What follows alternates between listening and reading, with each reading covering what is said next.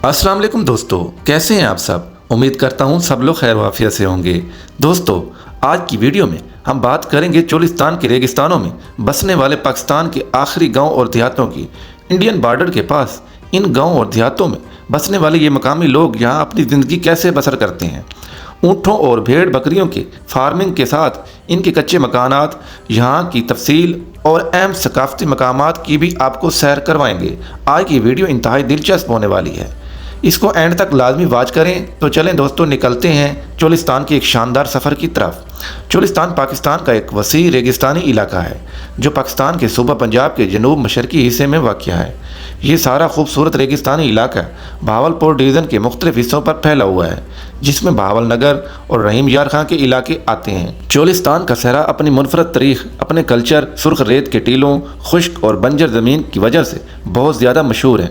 चोलिस्तान में बसने वाले अक्सर मकामी लोग ज़माने कदीम से यहाँ आबाद हैं, जो खेती बाड़ी के साथ साथ भेड़ बकरियाँ, ऊँट वगैरह पाल कर अपना गुजर बसर करते हैं। यहाँ के ज़्यादातर गांव और देहात अपना एक तारीखी पस मंज़र बयान करते हैं, जहाँ इनके मकानात आज भी कच्ची मिट्टी से तमीर किए जाते हैं, जो दिखने में इंतहाई सादा, प्यारे और दिलकश जाने जाते हैं।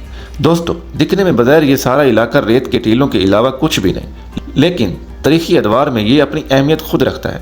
चोलिस्तान में कई कदीम तहजीबें और सकाफ़तें भी आबाद रहीं, जिनमें आसार कदीमा की रिपोर्ट के मुताबिक मेहरगढ़ की ओल्ड तहजीबों और सकाफ़तों से लेकर यहाँ हड़प्पा की तहजीब के शवाहिद भी मिलते हैं, जिनके मुताबिक इस चोलिस्तानी रीजन में 7000 साल पहले भी इंसानी आबादियाँ आबाद थी। दोस्तों, चोलिस्तान की अगर तारीख पर नज़र दौड़ाएं तो 9वीं सदी से लेकर 15वीं सदी तक ये चोलिस्तान का इलाका राजपूत हुक्मरानों के ज़ेरे साया रहा था, जिन्होंने इस इलाके में दिफाई निज़ाम के लिए किले भी तमीर करवाए थे। राजपूत सल्तनत के दौरे हुकूमत में यहाँ की तहजीब और सकाफत, ज़बान और मशरकी निज़ाम में इस्लाहात देखने को मिलते हैं। राजपूतों ने यहाँ किला दरावड़ और बखर का कदीमी किला भी तमीर करवाया, जो आज भी अपनी पूरी शान और शौकत के साथ इस चोलिस्तानी रीजन में आबाद है। 16वीं सदी से 18वीं सदी तक ये सारा चोलिस्तानी रीजन मुगलिया सल्तनत के कंट्रोल में चला गया, जहां मुगल शहनशाहों ने यहां ज़राअत, खेती बाड़ी, गलाबानी के साथ साथ दिफाई किलों की तमीर नौ के लिए मजीद काम जारी रखे। दोस्तों, 1857 से लेकर सन 1947 तक ये सारा इलाका ब्रिटिश राज के कब्जे में चला गया, जहां अंग्रेज़ों ने इस इलाके को फौजी और तिजारती मराकज़ के तौर पर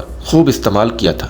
क़याम पाकिस्तान के बाद ये चोलिस्तान का इलाका 2 हिस्सों में तकसीम किया गया, एक राजस्थानी सहरा कहलाया और दूसरा चोलिस्तानी। तकसीम के दौरान पाकिस्तान के हिस्से में सिर्फ 26,000 मुरबा किलोमीटर का सराई इलाका आया, जबकि भारत के पास 3,04,239 मुरबा किलोमीटर आया। चोलिस्तानी रीजन के अहम अजला और इलाकों की बात करें तो इनमें बहावलपुर, अहमदपुर शर्किया, बहावल नगर, रहीम यार खान और जजमान के इलाके सबसे ज़्यादा मशहूर हैं, जबकि इंडियन राजस्थानी रीजन में जोधपुर, अजमेर, जयपुर, जैसलमेर के सराई इलाके और बीकानेर के राजस्थानी इलाके यहाँ सबसे ज़्यादा मशहूर हैं। अगर तारीख़ी एतबार से देखा जाए तो ये तमाम इलाके जोग्राफी, सकाफती और विरासती तौर पर ममासलत रखते हैं, जिसमें यहाँ के लोगों के घर, रहन सहन के अंदाज, ज़िंदगी गुजारने की तौर तरीके और यहाँ की रस्म व रिवाज तकरीबन एक जैसी ही हैं। आज के मौजूदा दौर में पाकिस्तान और भारत के बॉर्डर के पास दोनों अतराफ ही इन मकामी लोगों के गांव और देहात मौजूद हैं। यहाँ ये मकामी लोग सदियों से रिहाइश पनजीर हैं। पाकिस्तान के चोलिस्तानी रीजन और इंडियन राजस्थानी रीजन के दरमियान 500 किलोमीटर का एक तवील बॉर्डर भी लगता है, जो इन दोनों ममालिक की सरहदों को आपस में जुदा जुदा करता है।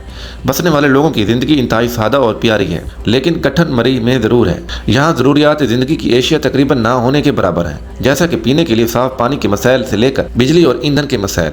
ये लोग अपनी ज़ाती सवारी के लिए यहाँ ऊँटों का इस्तेमाल बहुत ज़्यादा करते हैं। ये लोग इस ऊँट को रेगिस्तान का जहाज़ भी बोलते हैं। यहाँ बसने वाले ज़्यादातर लोग एक खाना बदोशी जैसी ज़िंदगी बसर करते हैं। यहाँ ये अपने माल और मवेशी चरवाने के लिए एक जगह से दूसरी जगह हिजरत करते रहते हैं। इस सूखे रेगिस्तानी इलाका में लगभग 15 लाख के करीब लोग आबाद हैं, जो मुख्तलिफ नस्ली गिरोह और कबाइल से ताल्लुक़ रखते हैं, जिनमें राजपूत कबाइल से लेकर माली, बराज, महर, खोखर, ठाकर, बलोच और अराई कबाइल के लोग यहाँ सबसे ज़्यादा आबाद हैं।